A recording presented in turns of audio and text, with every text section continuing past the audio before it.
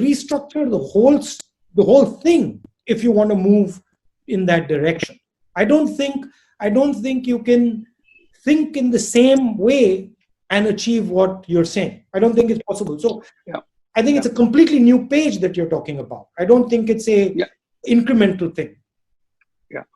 That's again another point I wanted to underline because of the corona pandemic. I said corona pandemic suddenly stopped the whole machine, the economic machine globally, and stopped everything. Now the whole trust is coming, whole push is coming, that how quickly we can go back to where we're coming from. I said, what is the hurry to go back? Should we at all go back? Because that world was a very horrible world. It was creating a world with global warming and giving us a kind of countdown when the world will be finished in a few years, in a couple of decades, 3 decades maybe. World will be at a stage where nobody can survive anymore. Why do we have to go back to that world? And why we have to go to the world with global warming, with wealth concentration? All the wealth in that world is moving to few hands. And most of the people have nothing to do with the wealth anymore. So why do we have to go back to that system to create wealth concentration? Why do we have to go back to that world where artificial intelligence is taking away jobs from everybody? All the massive unemployment that will be created in the next few decades. Do we have to go back to it? I said, going back will be suicidal. So this coronavirus has given us a chance to think new, opportunity to make a break. That's what the point you raised. We are not thinking about it. We got so used to it. Now suddenly we said, we got an opportunity now. Let's go different way. And these are the different ways. Unless we take those bold decisions, this is the time to take extremely bold decisions, outrageously bold decisions right now. Today, the situation has changed than 100 years back. Technology has given us the facility which never existed before. Cities were important because it has the infrastructure. Rural areas didn't have the infrastructure. Today, infrastructure is not limited to urban areas. You have the telecommunication, you have the roads, you have the transportations, you have the communications, everything is there. So what is it that you have to go to the city to? Why can't we create an economy? People can live where they are born and have a livelihood, basic livelihood right there.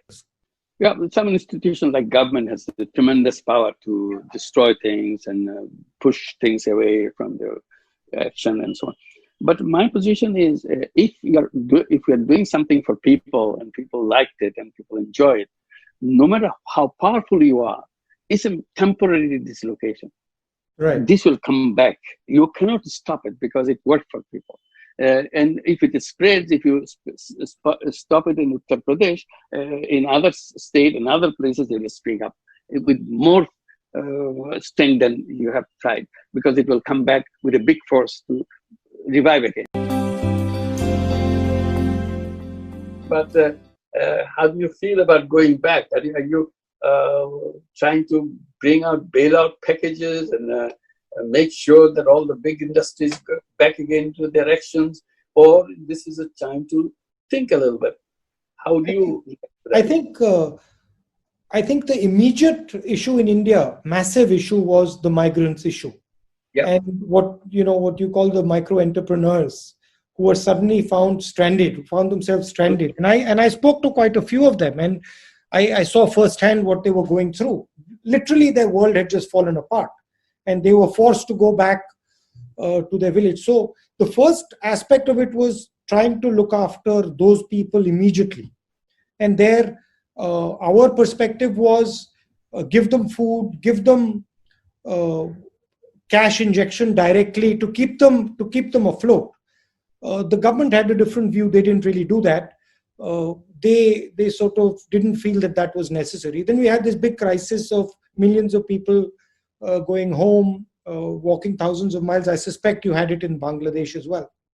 But I completely agree with you. I think that if you don't come out of Corona with a new imagination, you've missed a huge opportunity, both as an individual and as a nation. I think what Corona is telling you is that what you have been doing so far is problematic. And as you're saying, reset. Start with a blank page and start with a new imagination. Of course, you can't make a jump like that in governance, but at least the mind should go there, and then the rest of the institutions and other things will follow. So I completely agree with you that if there's ever been a time for a change in imagination, I think the world changed its imagination after the World War II, the last time, the real big imagination and change. And I think Corona is such an opportunity that we can just reimagine things and rebuild them.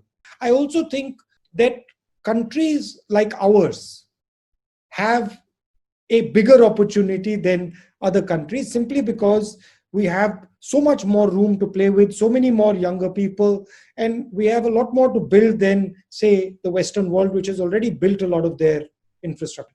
Yeah, it's the same old story. It's not new that I've been raising this issue. The financial system is designed in a very wrong way. So coronavirus, what it has done is reveal the weaknesses of the society in a very ugly way that you can see it now. These are hidden away into the society. We got used to it. It's there. The poor people are there. Migrant workers are in the city. They are hiding in the city. We have our people working for us, cooking food for us. They're a security person for us, Darwan for us. They're taking care of our children. We knew them.